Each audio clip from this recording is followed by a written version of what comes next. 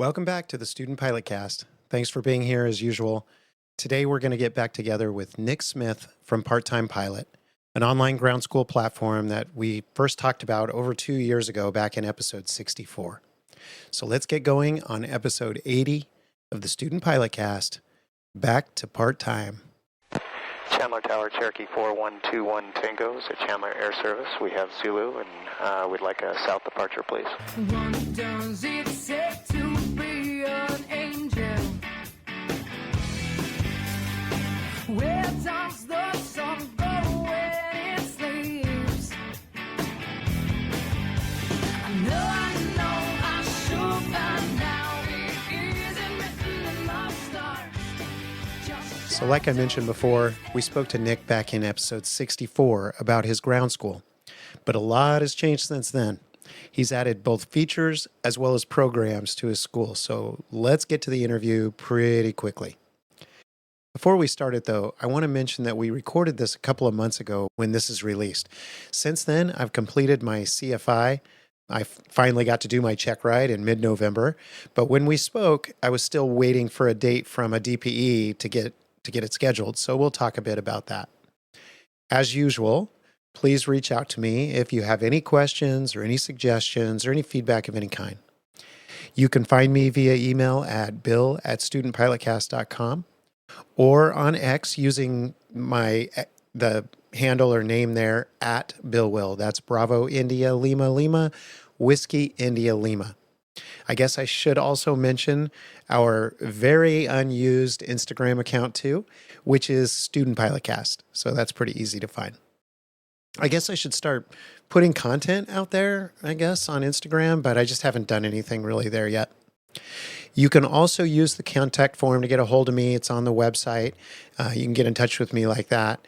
Any way you do it, though, just do it. While I do get behind sometimes, it might take me a while to reach back out. I do love hearing from you, and I will almost always respond. So I guess we can drop into the conversation that Nick and I had. So here you go.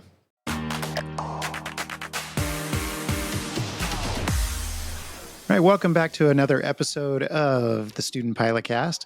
We're so happy to be reprising our episode that we did with Nick Smith over 2 years ago. Nick, can you believe it's been that long? No. That's crazy. So Nick Smith runs an operation called Part-Time Pilot. And we actually did, here I am in the middle of our discussion, and I forgot to look up what episode number that was.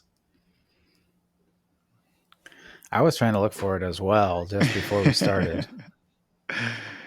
All right. Oh, 64. 64. And we also had a video episode on there, but I've changed the way we're doing that a little bit. So yeah.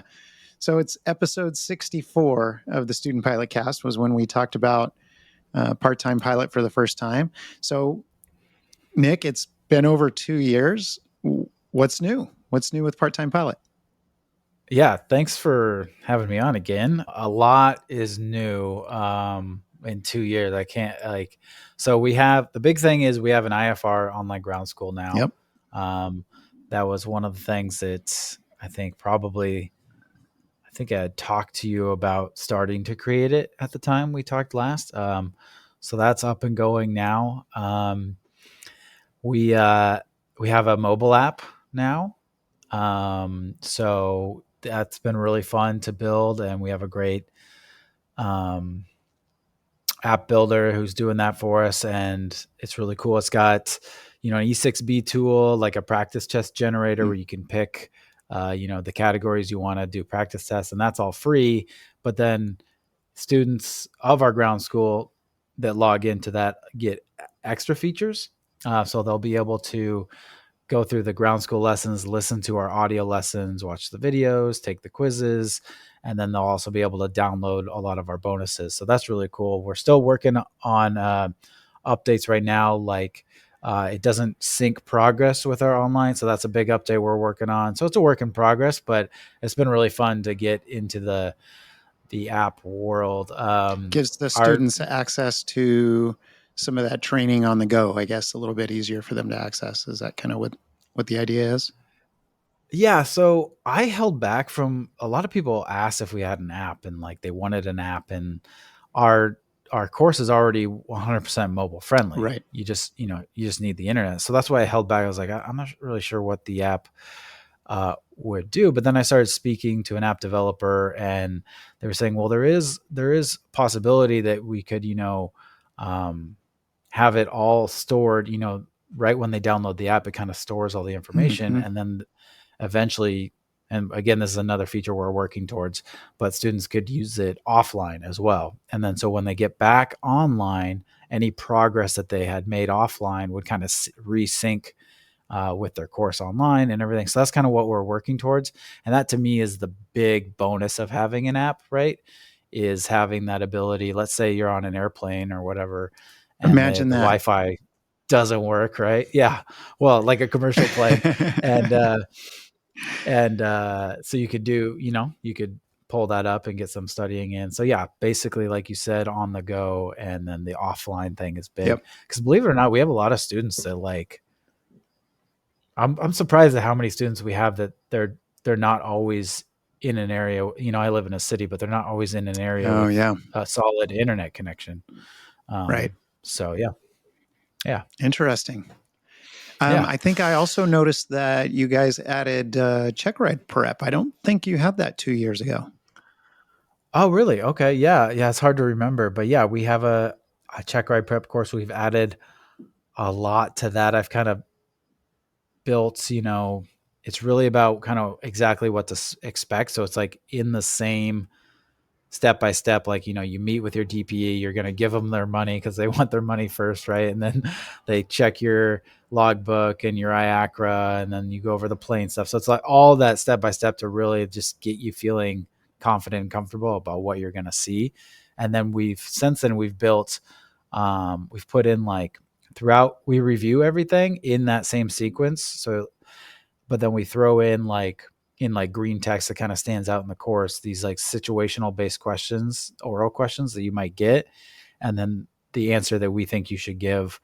So we have over like 300 of those thrown, and those are kind of the money things that people really really want for a check ride prep, is to know what they're going to be asked on the oral and kind of how to figure out what they might be asked, Yeah. based off their scenario or whatever. So yeah, Cool. All yeah. right. So that's kind of the stuff that's new. Um, for those listeners who haven't had a chance to go listen to that other episode, how about, Nick, you give us a synopsis on what part-time pilot is, and where you're headed with it.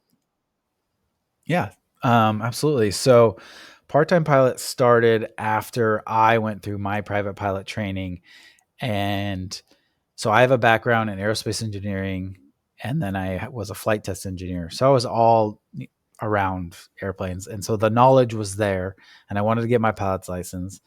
And when I was going, I was actually kind of a natural. I'm not trying to brag, but like I got through my flight license relatively quickly at the beginning.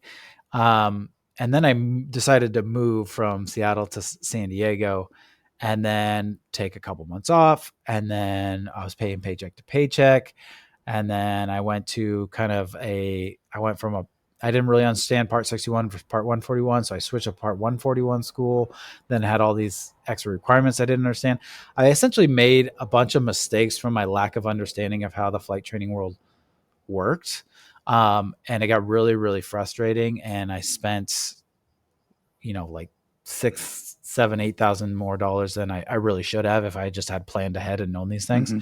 So I started like an Instagram based off trying to educate people about the way the flight training works. And then started looking into more what it would take to be able to have an online ground school. And so I became a ground instructor. First I was just basic for, private sport and recreational. And then now about a year ago, I got my IFR rating for ground instructor. So for our IFR course, and then started just building the ground school. So that's kind of how it started, out of that wanting to educate people and kind of save some people some money. Cause I thought, if it's that hard for someone who has the just who's always around planes and has the academic knowledge behind it and all that stuff, then no wonder so many people are failing and finding it too hard. Yeah. So that's kind of where it started, and that's kind of why the name part-time pilot came about, because I thought, look, there's so many people out here who they want to make the dream either a career change or they just want to achieve the dream of flying, but they don't have just a ton of money where they can just like stop working or like stop taking care of the kids and just like focus on that. So we all kind of start off as this part-time pilot where we have a full-time schedule, and then on the side we're trying to make this career switch or whatever. And so it was sort of, I wanted to tailor everything to that person that is trying to do this on a limited schedule, busy schedule and limited amount of time. So that's why we have, like I was talking about, the mobile app, right? That's exactly in line with kind of our goals and then we have audio lessons so you can listen to ground school stuff on the go. Everything we kind of add is kind of with that in mind to make it easier and more efficient for students to learn the content. Interesting. And I just learned something I didn't know. To be a ground instructor for an instrument rating, I guess there's additional training. Yeah. So there's just like kind of a flight instructor, there's different ground instructor ratings. Okay. So it's basic, instrument, and advanced. Advanced is like, now when I went in for my instrument, the person was like, why didn't you just do the advanced? And then you could, because advanced is like, you can teach everything. And like, once you've learned a lot of it, once you've learned kind of like private and IFR, like all the FOIs or the fundamentals of instruction are all the same. It's really about the specific technical content.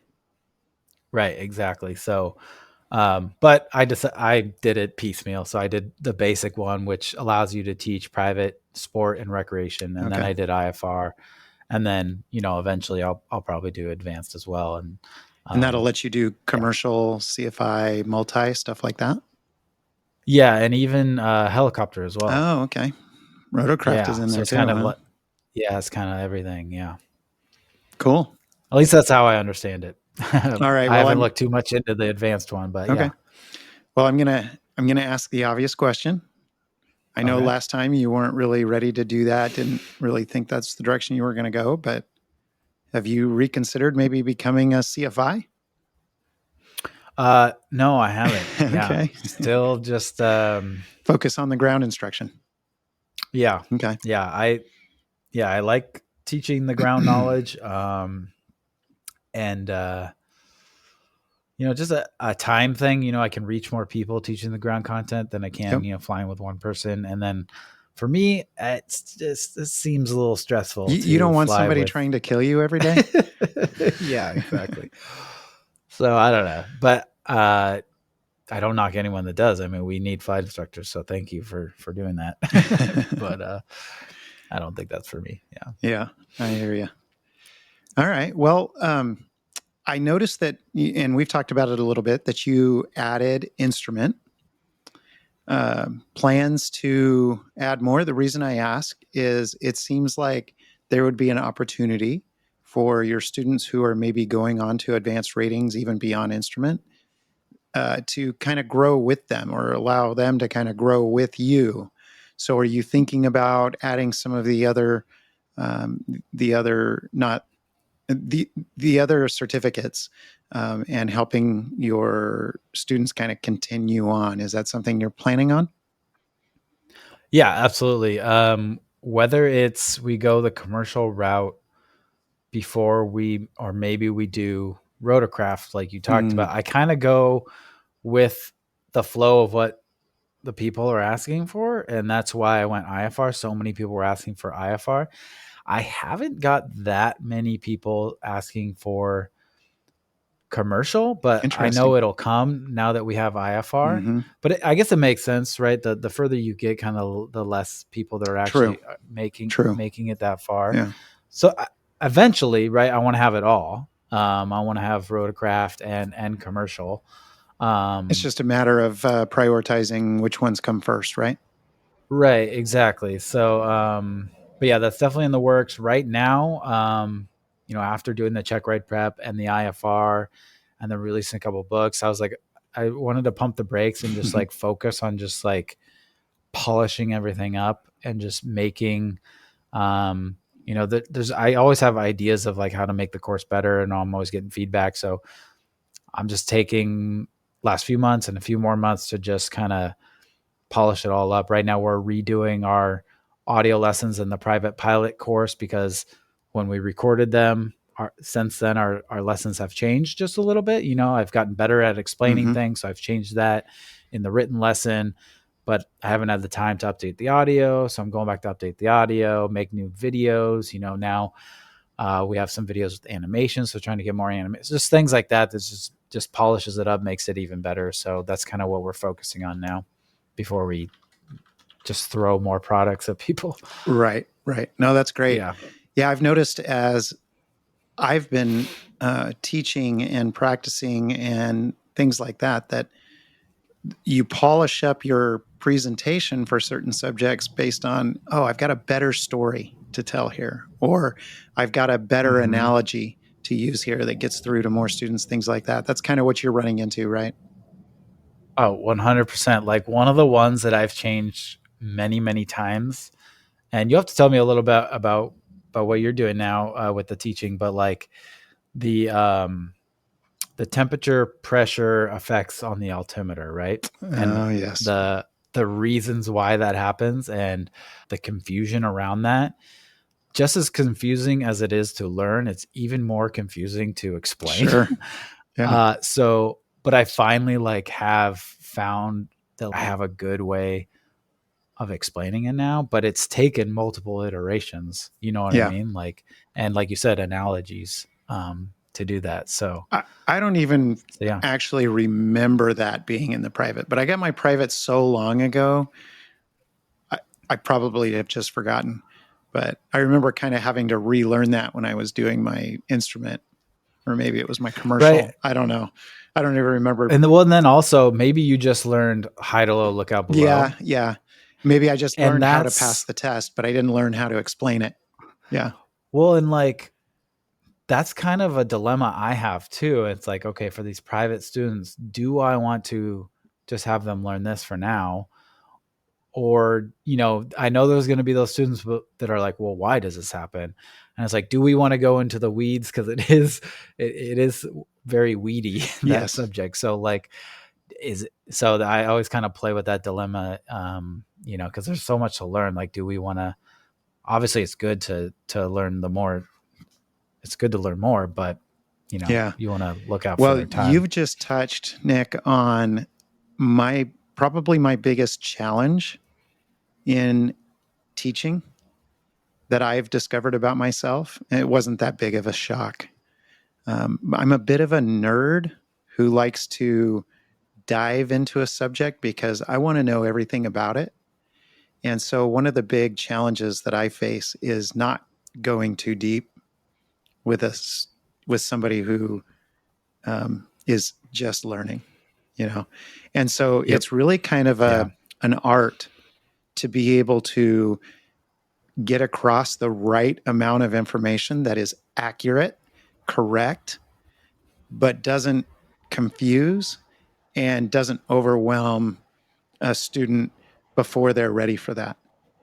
So I totally know what you're saying. I could do a ground on fundamentals of flight that would take 2.5 hours, but nobody who's learning first about the fundamentals of flight is going to be able to sit there and take in information for 2.5 hours. And it's not something, they don't need all of that detail to get their certificate or pass the written. But if I'm with somebody who's also interested in going deep, that could easily happen. And so I think that what you're doing, trying to find that balance, is not only difficult, but really important for the learner. And what you're doing is hard too, because when you teach one-on-one or even one to few, you can sort of gauge where people want to go. You have to do it where it works well for a large number of people. And so I'm wondering how you navigate that, because that's totally different than, say, how I would do it, say, in a one-to-one scenario. And so, Yeah. is it just a lot of feedback from? By the way, do you call them your customers, your users, your students? What do you call your users? Are they students? I Okay. students, yeah. So, Yeah. do you have a really like close feedback loop with your students, or how do you sort of navigate that?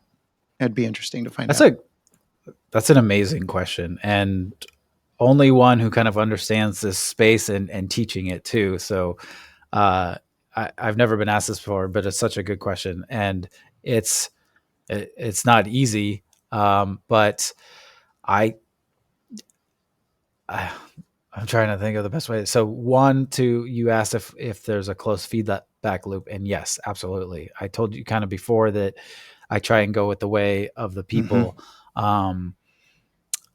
I find that having that So you're going to community be running for being Congress soon, then? No, I'm just kidding. yeah, right. So having that that community feel and kind of, and that's one other thing we try to do. We try and bridge the gap from like online to like in-person instruction. So like, what is Community is it that's really great important. about, Yeah. yeah, what is it that's great about the in-person instruction? Well, it's being able to reach out when you have a question and getting that question back quickly and kind of understanding where you're at along, kind of like a mentor thing. And that's hard to do with a lot of people, but that's one of my, I think that if we can do that online, we will stand out between everybody else. Mm. If we have that one feature where we feel connected to the student, they don't feel like, oh, here's a bunch of PDFs and videos. See you later, right? Good luck. Um, so having that close feedback loop is great, and always like just the other day, I had a student that was really, really thankful for. They were like, hey, like, in this video you talked about, you can, if you do a certain amount of hours per day, you can get through ground school in a month. And I was wondering, like, what lessons would you recommend I do each day? And I had already had like this calendar thing. And so it gave me this idea, well, like, oh, I'll just put each lesson on there so that they can just check it off. And so I did that real quick and I sent it to her. She's like, wow, this is so cool. Like, you actually listened to me. And I'm like, yeah, like, you guys have the best ideas, Mm-hmm. like, because you are actually going through it. So that close feedback loop, and then just having different options, I think would be the other way. And just trying, and this is what's hard, is trying to communicate that. So like, for example, in our lessons, we have the audio lesson at the top, we have written, visual aids and like diagrams throughout, and then we'll have a video at the bottom and then a quiz, but also at the bottom we have a test prep summary. And the reason I added that test prep summary is like, sometimes there's some students that are just, no matter how much I try and tell them, it's good to understand the fundamentals of the concepts and what's behind them and not just rote memorization. Mm-hmm. No matter how much I say that, some students are just going to do that because they're running out of That's time right. or whatever. So I have that option in there for them. But the difficulty of having all those different options, right? Whether you want to listen to it, watch the video, some students, and I was kind of like this, that if something's like given to me, I'm like, I have to do it all. And it can And be so like, overwhelming. Yeah. yeah, exactly. So trying to say like, hey, just do what works for you. The quiz at the end is going to tell you what you need to know pretty much, right?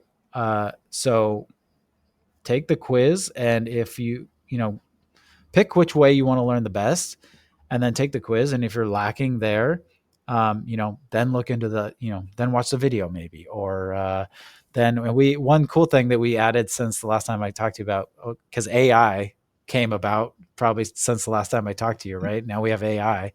So and this was a lot harder to do right when it came out, but I wanted to be at the forefront of this. And so I built like all these things called like vectors and fed it into Chat GPT. And so basically it was like a prompt and a response. And I took and I made from every single lesson prompts and response that students might have, and fed that to Chat GPT to like train it on our content. And then so it took so long. And then now OpenAI, I don't know if you're Mm-hmm. familiar, but now you can just upload PDFs. Yeah. So it's like Yeah. way easier.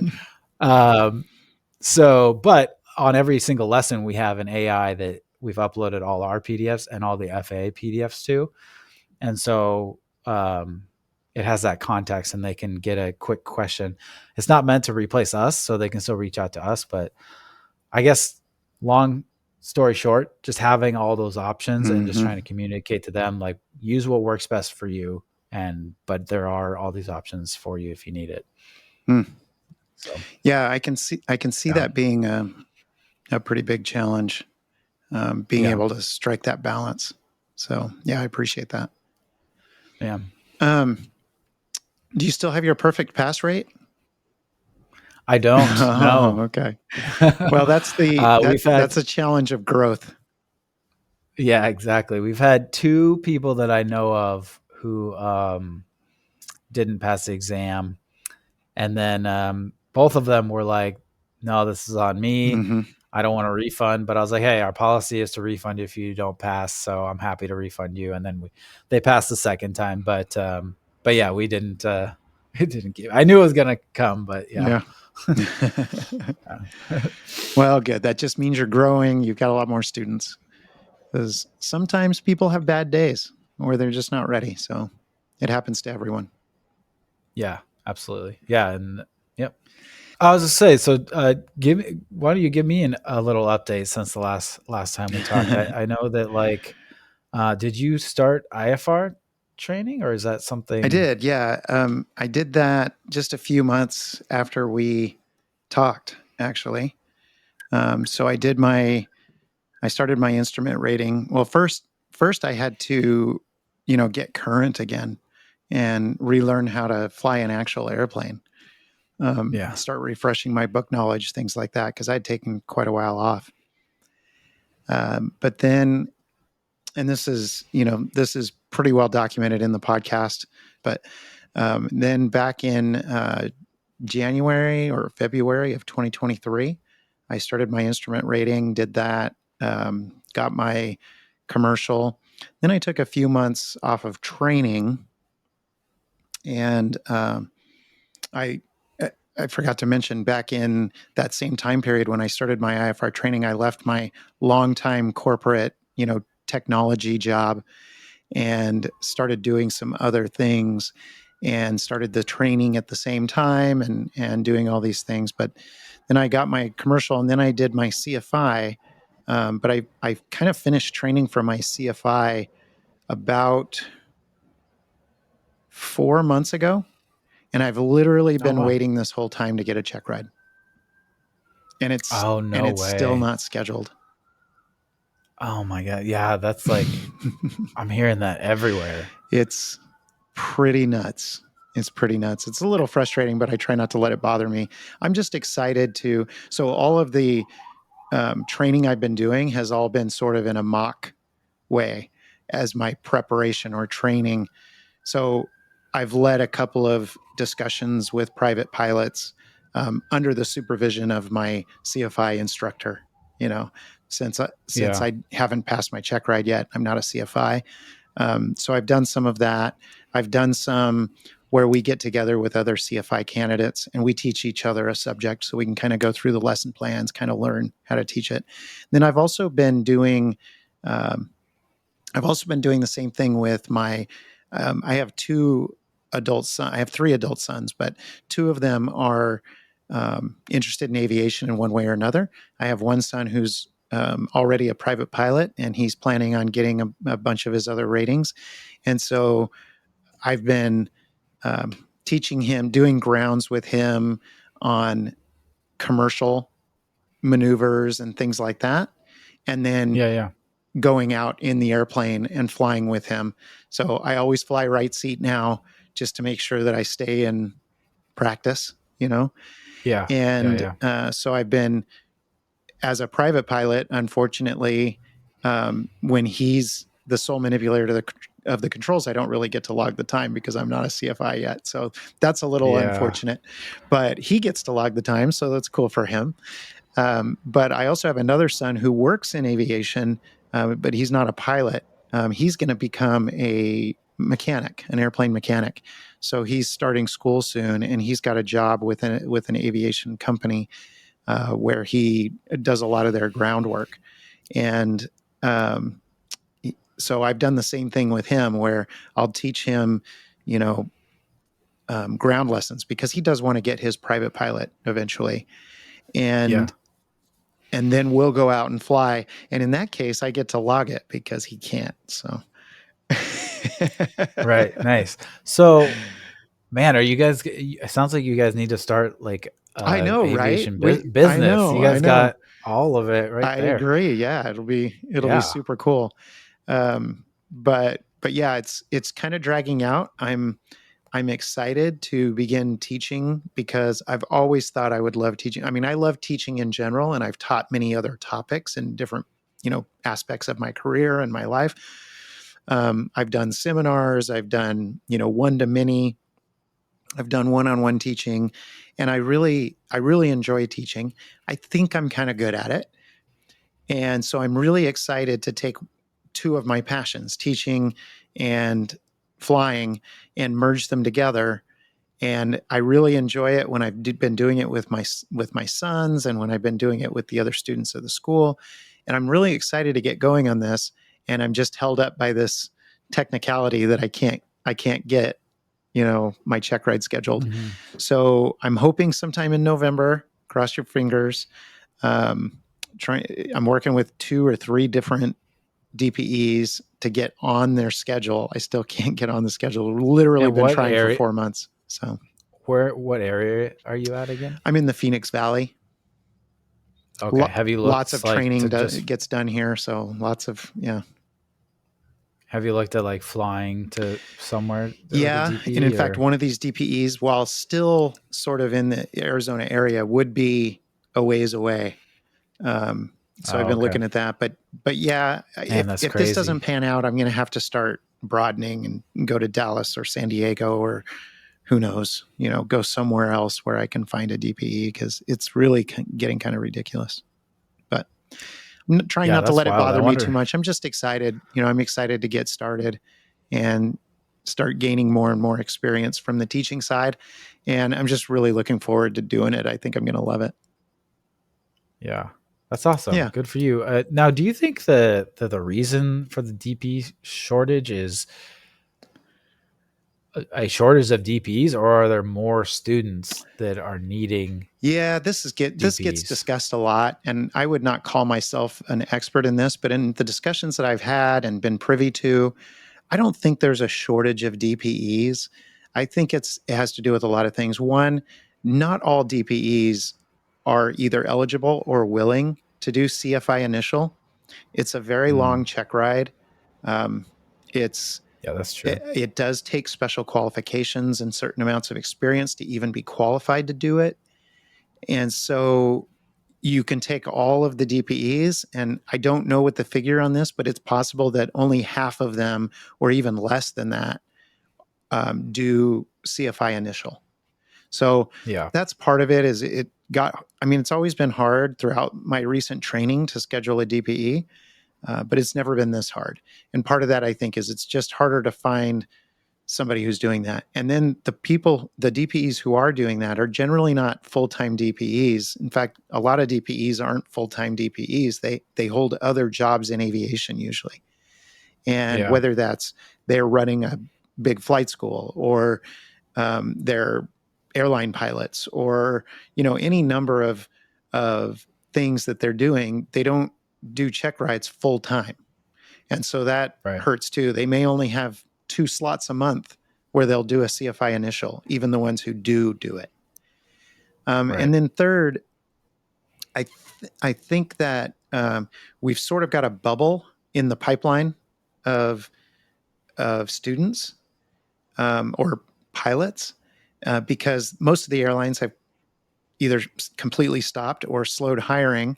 So maybe there's people that weren't planning on becoming a CFI, and now they're kind of like, well, I can't Yeah, get a job in the airline, so maybe I'll become a CFI.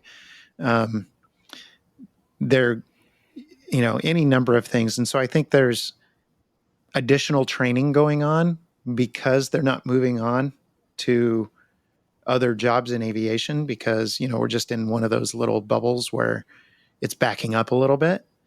And yeah, so I imagine that, and a whole host of other things. Like I said, in my region, because of the weather and because of I don't know, for all of the various reasons, Arizona is just a training mecca. And so Yeah. we do have a lot of DPEs around here. But we also have a large number of students or candidates for various ratings and certificates. So I don't think there's really a shortage. If you look on the rolls, so to speak, there's a lot of DPEs, but some of them just don't work that much as a DPE, and then I think some of them probably don't get that much work because while most are probably incredible, I haven't met most. I think there's also DPEs that people avoid like the plague because they're just not very good, and so Yeah. I think that's an exception. But I don't know, for whatever reason, it's just been very difficult to get this one scheduled. More difficult than the other ratings and certificates that I did. Yeah. Yeah. That all makes sense to me. Especially like you said, the CFI. Yeah, that makes sense. But I've even heard it hard for private Yeah, too it is. lately. It is So hard and yeah. it takes a while, but it doesn't. It's not 4 months to Yeah. even get on the Yeah. schedule. I mean, yeah. That's true. Yeah. But anyway, it is what it is, and we just deal with it. We go through the process, and I'm excited to start teaching more and more. So Yeah. Yeah. That's awesome. Very cool. Yeah. Thanks for the update. yeah, I appreciate yeah, no that. problem. Yeah. I think you'd be a good teacher. I haven't heard you teach, but I think the way you articulate things at least is good. Yeah. Yeah, and I love Yeah. this stuff. I mean, part of the reason I love teaching is in general is because it always makes me more of an expert in the topic because Mm. you always get questions that you wouldn't have thought of yourself. You Yep. have to be prepared for questions. Um, you have to, like you alluded to before, understanding something kind of and explaining something are two different skills, two different Yep. things that you have to do. And being able to explain something to two different types of people, I mean, many different types of people, but two major categories of people who don't understand it at all, and then people who kind of understand it but need that second depth of knowledge, or they need somebody to help them get to where, oh, they really get it, not just the Yeah. from the FOIs, it's, you know going beyond that rote knowledge and really Hmm. correlating the information. It's amazing when that kind of happens for yourself, but I find it even more amazing when you facilitate that in somebody else. It's very exciting and invigorating when you see Hmm. the synapses created in somebody's mind. I mean, not literally see Yeah. them, but you see the correlation happen and they go, "Oh, got it." And Yep. it's just really Yeah. cool. And being able to do that requires a level of knowledge of the topic that you might not get unless you teach it. And that's one Hmm. of the reasons I'm a sucker for knowledge. And when I kind of understand something, but I don't know all the details about it, it bugs me. And so Yeah. part of the exciting thing and part of the reason that I love teaching is because whatever the subject matter is, I mean, I used to do it back in college, like with physics courses and stuff like that. I would teach other fellow students about a really difficult upcoming test because I knew that if I taught it, I would nail it, you know? And Yeah. so it's just fun. It's fun to be able to do that. And it's going to make me way more knowledgeable and comfortable with my own knowledge. So, Yeah. Exactly. Yeah. It'll make you a better pilot. But yeah, I always tell students to like the best way to learn and study is to learn it as if you were having to explain it to somebody else. exactly. Because then you really have, and I use the term, have you heard of like first principles Hmm. thinking? Yep. Yeah. So like I always try and break down the concepts when I'm creating a lesson.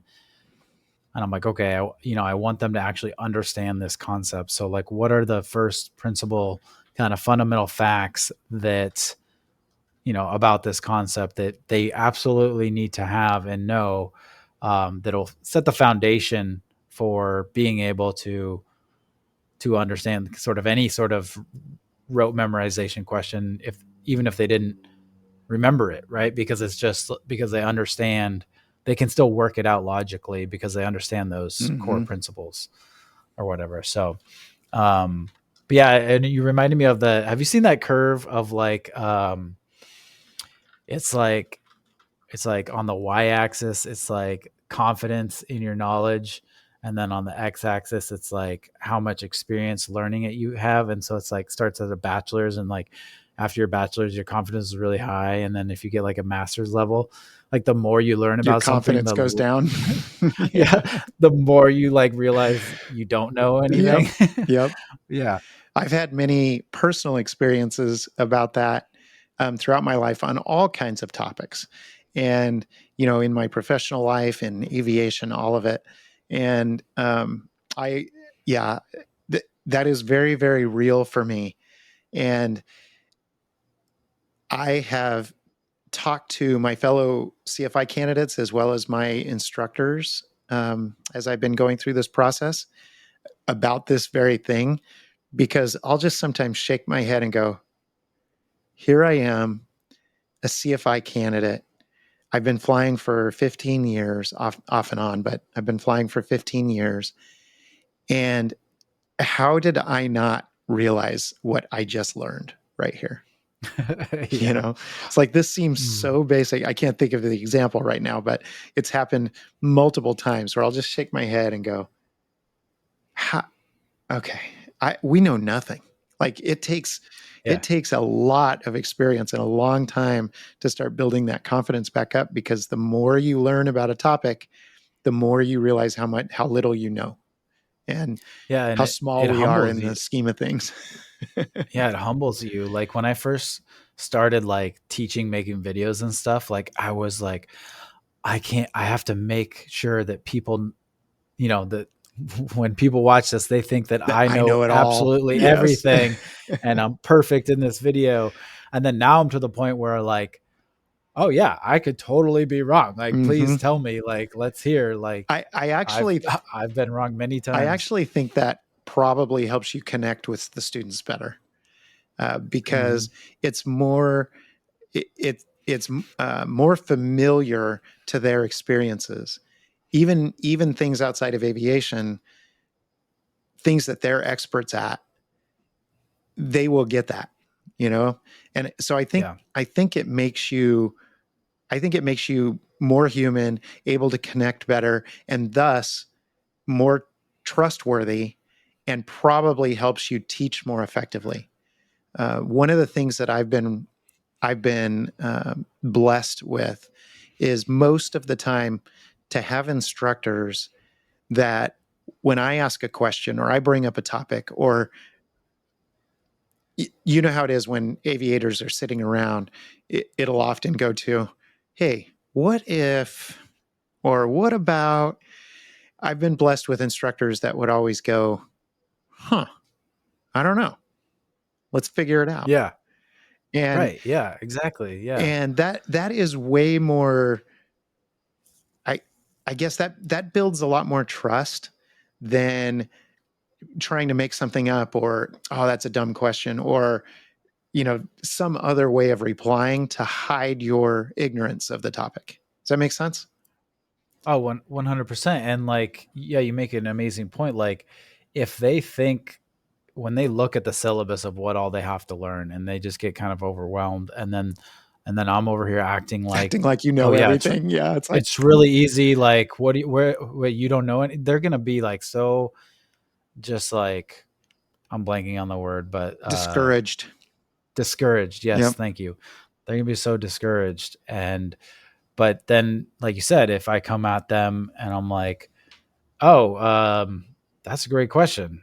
Yeah. I don't know, but I know how to figure it out. So let's go figure it Yep. out. And I know where to find the um, answer, or I know, yeah, exactly. right, And yeah, the other thing is, um, one of the things I've noticed, the further along I've gotten in my training, is, again, you'll take this amazing instructor who you kind of feel right, like has so much experience that they know everything, and they'll readily admit, oh yeah, I forgot what all the words in that um, that memory aid are. It's one of the ones from private or something, and Yeah. you're like, oh yeah, was that, what was the A standing for in that mnemonic? Yeah.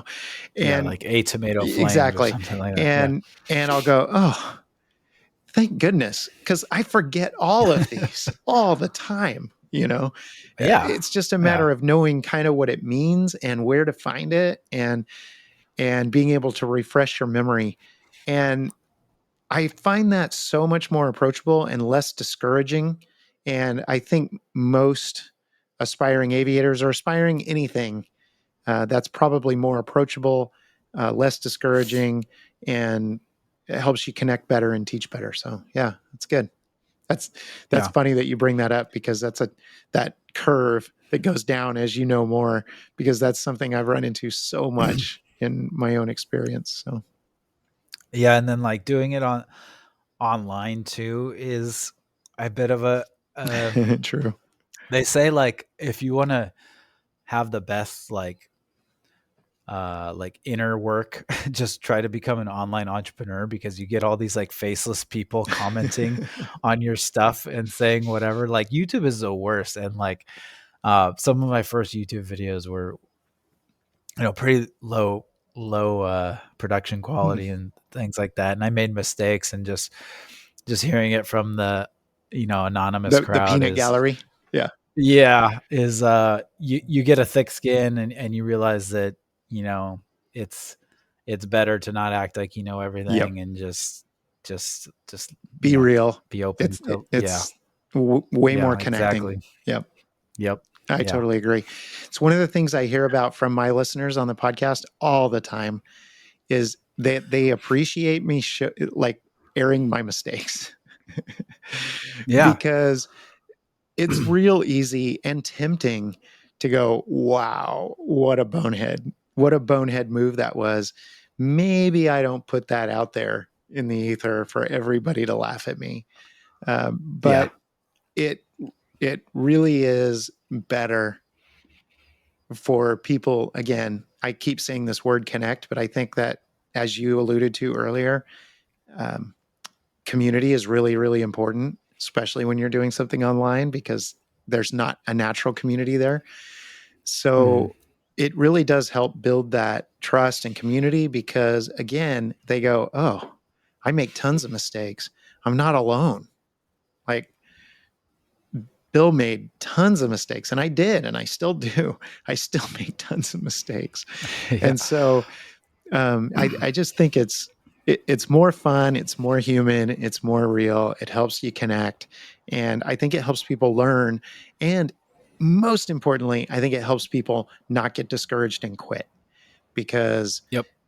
there have been times in the last 2 years where I wanted to just go, you know what? There's other things I could do. I love flying, but this is too It can discouraging. be This very is discouraging. yes.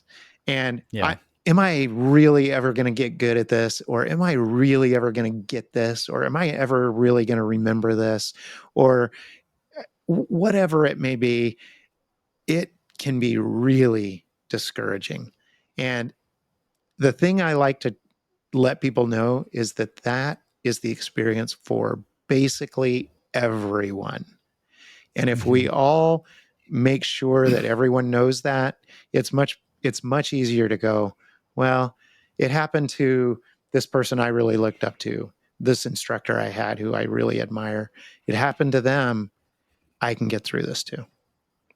Yep. Yeah, one of my best performing YouTube videos is where I just talk about my story about how I paid way too much for, All your screw ups, for right? my all my screw Yeah. ups. Yep. And it's the best performing one, because people are like, all the time, they're just like, "Oh my I god, I totally can't relate to believe that. Yeah. someone else is going through this. Yeah. Like, this makes me feel so much better." And it's like, Yep. yeah, yeah. So, Yeah. and We're that's all a in the big draw same of boat. your podcast.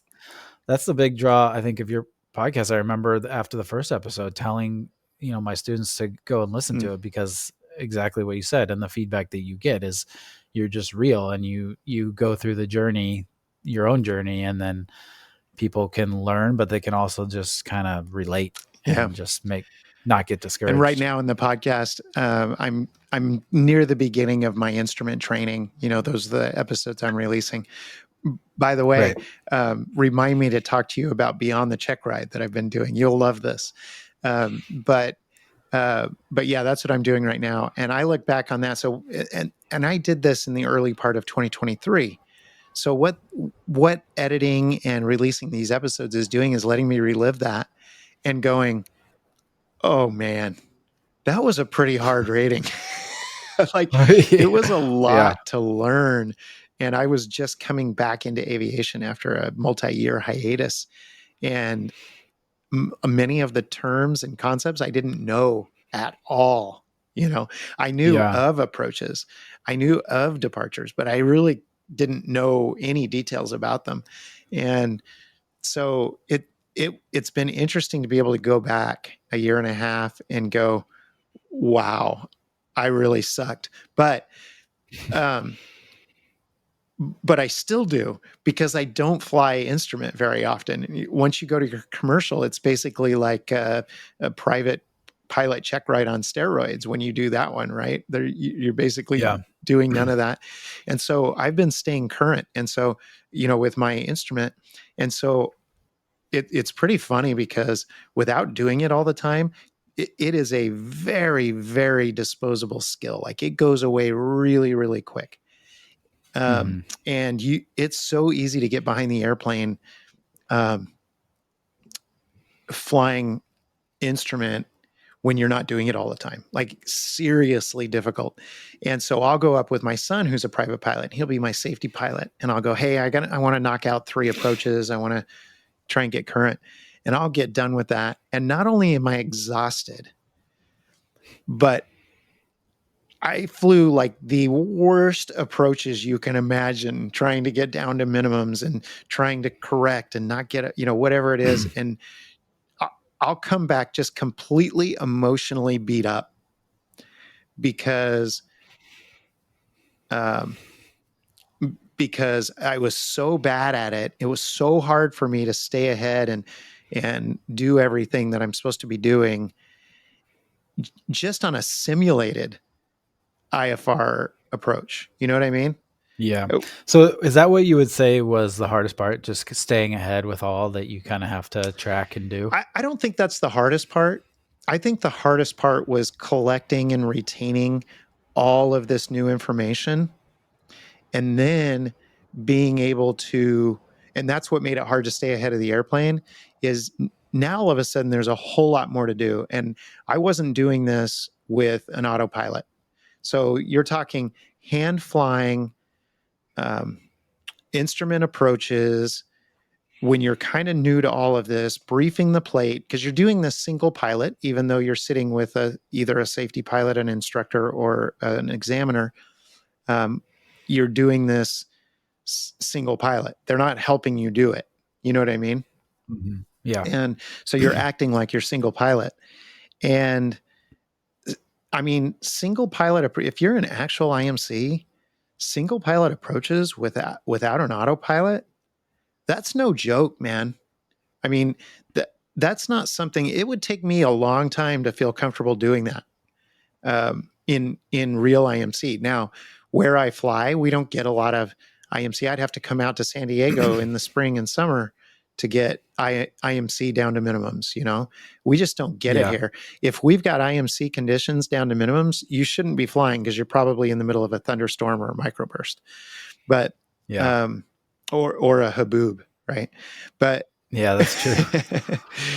So it's not like I'm probably gonna be doing that, but I wouldn't do it. I wouldn't do it. It takes way too much practice and experience, in my opinion, to do single pilot IMC to minimums without having done it a lot in the last month or two. You know what I mean? Yeah. Even if I did it a lot for a year, because maybe I got a job somewhere where I was doing it like every day, and then I came back here and went for a year without doing that, I wouldn't do it. It's way too much load. So Yeah. doing it with a safety pilot or an examiner or an instructor where you're simulating single pilot, it's just as hard. It's just not as dangerous. Right. So Right. that is the Yeah. time to do it. But the reason I wouldn't do it is I think it's too much unless you're doing it all the time, because Yeah. 100%. you really have to be almost an autopilot in and of yourself. You can't be thinking about what's next. What next has to come naturally. So that's what I found the hardest part is all of this new knowledge. The test, the written test for that, you're teaching it. The written test for that it's not easy because it's a whole bunch of new concepts and new ways to think about stuff that really has nothing to do with the private pilot exam that you just finished, generally. Yeah. And So yeah, go ahead. do you want to finish? Oh, I was just going to say, but then adding to all that new knowledge, having to fly quote unquote single pilot IFR down to minimums with a whole bunch of different approaches all in one day. Yeah. No. It's exhausting, and it's not exhausting physically. It's exhausting mentally and emotionally because you're behind the airplane or almost behind the airplane. Right. You're always just trying to keep up. Yeah. And as soon as you go missed, you're like, the examiner, if it's a check ride, the examiner says, all right, well, let's set up for, and you're like, I barely got through that. And now I got to twist, turn, I got to do all of the stuff now to set up for this next one and do all of this again with a different type of approach. It's a lot. It's a lot. Yeah. Yeah, it is. I was curious to ask, like, because I heard this during my private that, like, when people talked about IFR, like whether or not you should get it or how, I feel like there's this almost like belief that, like, because IFR is a little bit less hours and stuff in terms of the training, that like it's easier. Or I remember thinking that it's like it's a lot being told that, oh yeah, it's a lot easier, you'll get it done real quick, like it's fine, like, and it then is when quicker. It can be quicker. Yeah, right. Yeah, exactly. But like to say that, but I feel like a lot of students kind of think like, oh, the ground is just going to be, easy peasy. It's like all I'm new just going to be stuff. relearned. I mean, not all new. I guess some of the weather stuff is just building on what you did in the private, but it is new stuff. I mean, you're going to, be diving into icing. You're going to be. It's all about the details. It's all about the IFR. details. Yep. Yeah. Yep. That's right. And it makes sense, because if you aren't detailed and you're not on, you're not flying the right speed, you don't have the right turn rate, and you're flying IMC, you can't see anything. yeah, you have to be on the details. Yeah. And so I think it makes you such a better pilot. And part of it, honestly, part of it is you realize, like we were talking about before, how little you know and how little experience you have. Because one of the things that you do as part of the instrument training is, not everybody does it, but I think it's an important thing for an instructor to do, is, hey, close your eyes and follow my instructions. Yeah.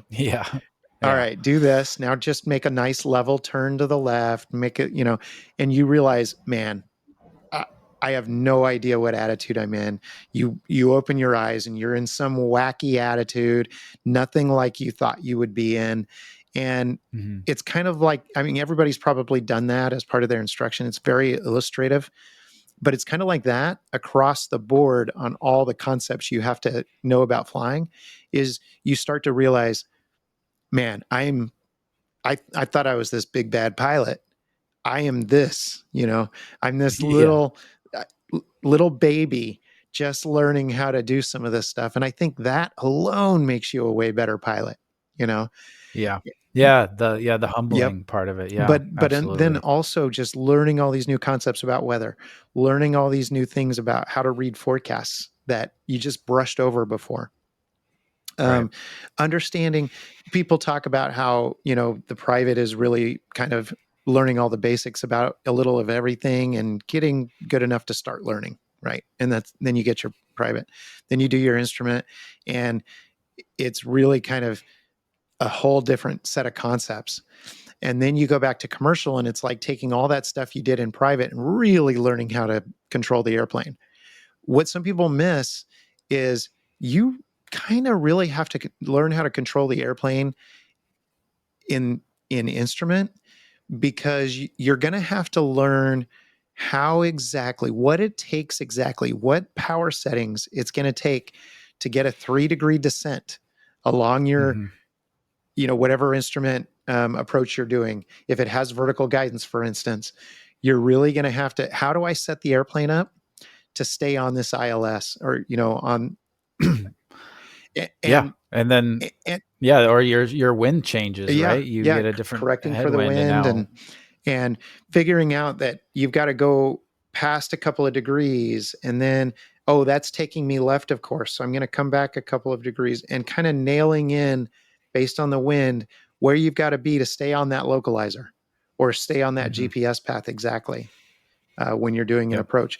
And by the way, you have to do that while managing your descent rate, and while making sure you don't get too low beyond where you're supposed to be at that moment in time. Oh, and while you're doing all of that, brief the plate. Well, you would have briefed the plate before that, but you got to do that. And then while you're getting ready to come in, you've got to stay. You got to keep doing your announcements on the CTAF, or if you're not, Mhm. if you're no longer with approach, or if you're doing practice approaches at a non-controlled airport, you got to make your CTAF calls, and you get, it's a lot. It makes you a better pilot because you're doing a lot more with a lot less information coming in. You're not just looking out of the airplane. It makes you realize how much information we discern from our eyes while we're flying. Mhm. And now all of a sudden you Yeah. don't have that. So you got to be putting your eyes everywhere inside the cockpit and putting your mind everywhere. You got to make those CTAF calls while you don't get off of your descent, or you don't bust your altitude that you have to stay at wherever you're at in the approach. And all these little things, it just makes you do more with less information and with less time. And it makes you a better pilot for that. I think Yeah. everybody who's a private pilot should get their instrument rating, honestly. I Yeah. don't think it should be a Yeah, it really question, does because make. it will make you a better pilot, even if you never fly in the system, Mhm. in my Yeah. personal, humble opinion. Yeah. No, I would agree. And I was just recording before we started this audio lesson on in the IFR ground school on flying the glide slope and localizer. And I was just thinking as you were going through, and you got to do this, and you got this, and I was thinking, oh yeah, and as you get closer to the ground, the localizer gets more That's sensitive. right. It's like just like this It's harder stress to hold. test, Yes. Yeah, yeah. It's like, geez. Yeah. And not just the localizer, but the glide slope too. Yeah. Yeah, yeah. That's crazy. Yeah, Yep. That is correct. So yeah. I've got a question for you. This might be a challenging question, and then we'll wrap it up. Okay. What do you think, with both of your ground schools that you've done so far, what are the most challenging concepts or topics that you've had to cover, and maybe the ones you think about revising all the time because they seem to be challenging for your students? Oh, yeah. That's a good question. So VORs, Mm, yeah. I think, is VORs, HSI when you get into Hmm. instrument. Um, those are always difficult for students. They were difficult for Yeah. me, uh, when I learned them. Well, Um, I was going to try not to interrupt you, but now that you said that, I've got to. oh no. So with the VORs, don't you sometimes do this little thing? Because this happens to me too, especially in the airplane. You're trying to teach somebody or show somebody, oh yeah, this is how it works. And then all of a sudden you go, Yeah. wait a minute. Oh, yeah, that's right. That's right. I got it right. Because even now, it's like the Mhm. reverse. I don't know. You can always get yourself sideways, pun intended, No, yeah. with the It's one VOR of when you those start to think about things. it too much. And then you're like, wait, did, did I just mess that up? It's one of those things that no matter how, and it's why it's why people hate VORs and why at its core, even though we still are going to use it, and the FAA is going to keep a minimum number of VORs because it's a good That's right. backup. But even though all that's true and we have to learn it, it is a fundamentally kind of a poor system, because no matter how much or how smart you are, you can still screw it up Yeah. because of that just easy oops, oh yeah, no, it's actually this way, like the reverse sensing stuff. Yeah, so that's always difficult. um Density, altitude, a little bit, right? Hmm. Just the concept Hmm. in general, like wait, when do we use this altitude? Why do we care about this? Wait, it goes up, like I don't get it. And so density, altitude is a tough one. um for What else? Oh, I mentioned the one before, just the effects of temperature and pressure in the atmosphere and how that Oh, relates yes. to Yep. your altimeter. That one's always confusing, and the altimeter as well. Like, so when you change your altimeter setting, and you're increasing it, like what that does to the indicated Hmm. altitude, that's reversed to if you're actually sensing it, right? So like if the pressure goes up or down outside and that's what your altimeter senses, it's going to change. Hmm. If Yep. the pressure goes up, it's going to It's go easy to down, get right? yourself reversed on that. Yep. But then if you are inputting it, it's not the same thing. But because you have to teach people that when you're changing that, you're changing the reference Hmm. to the actual pressure. So there's an equation kind of that, your altimeter is taking the difference between Yeah. what you're setting as the reference altitude and the actual one. So just concepts like that you got to get to the bottom of, Cool. are the toughest ones. Yeah. Awesome. Yeah. All right. Yeah. Well, anything you want to tell the listeners about the site? You got any discount codes going on right now? Anything like that? So we have a lot of free resources, like always. And one thing we started doing, so I ultimately, right, my goal the whole time was to be, in terms of value and Hmm. price, just be, we have the most value and we're still at that lower price level, so that You don't need the discounts. one, Yeah. right, you don't need the discounts. It's just there. It's less work for me, Yep. right? I don't have Yep. to do all these campaigns and stuff. So I believe that we're there. Obviously, we're not perfect, and like I said, we're polishing it up, making it even better. But we do one discount, and I kind of call it like a kind of a kick in the butt, get you going, encourage, action for people. Hmm. So when people get our free resources, whether it's like our how to become a pilot and save money Hmm. email course or our free study guide, if they download that free resource, which are on our website, parttimepilot.com,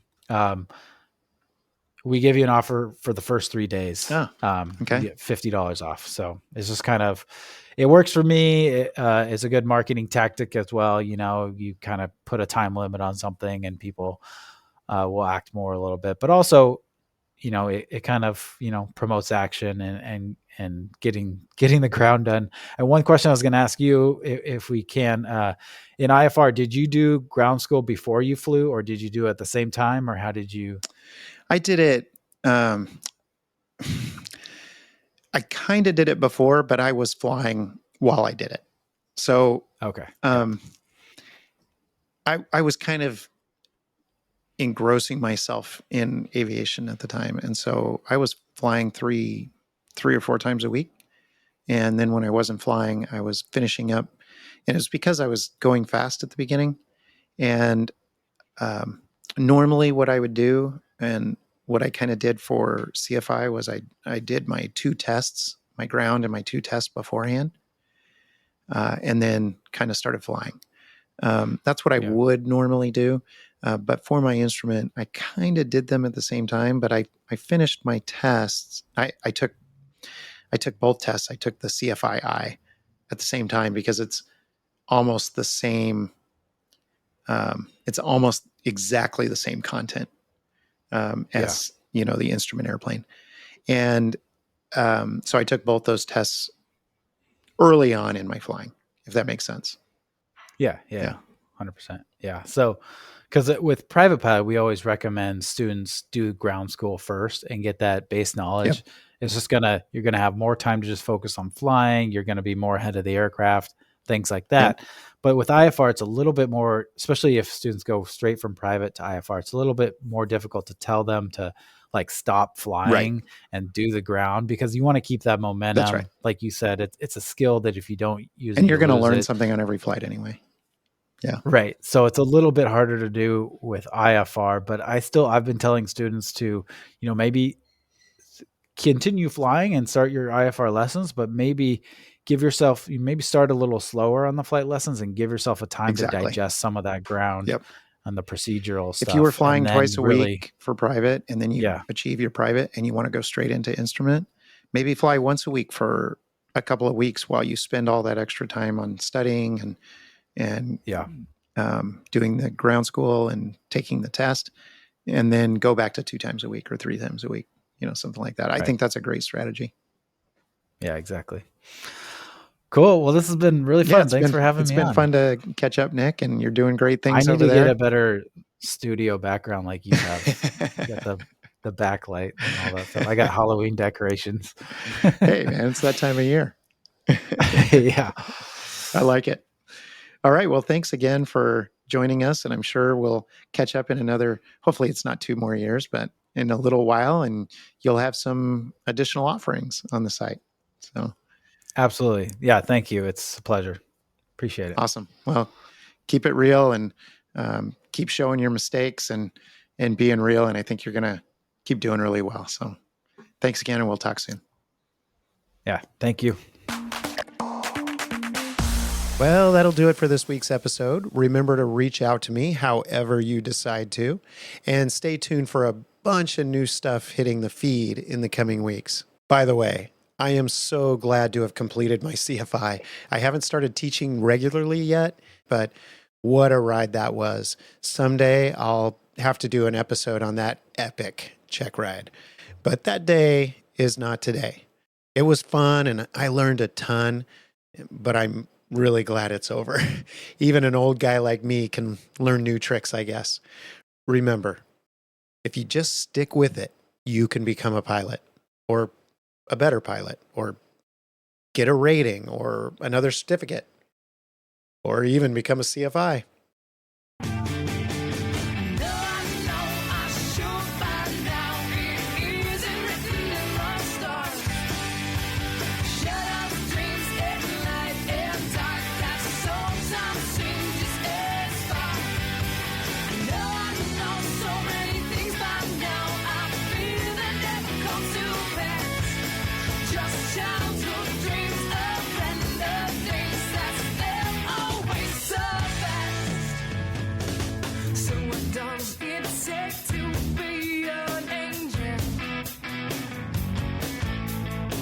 Or does it matter much at all? The music for today's episode is To Be an Angel by the Canadian band Uncle Seth.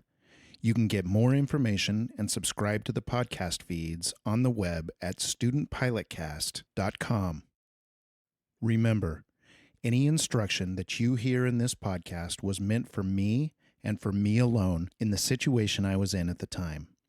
Please do not try to blindly apply anything you see or hear in this podcast to your own flying without thinking it through on your own completely.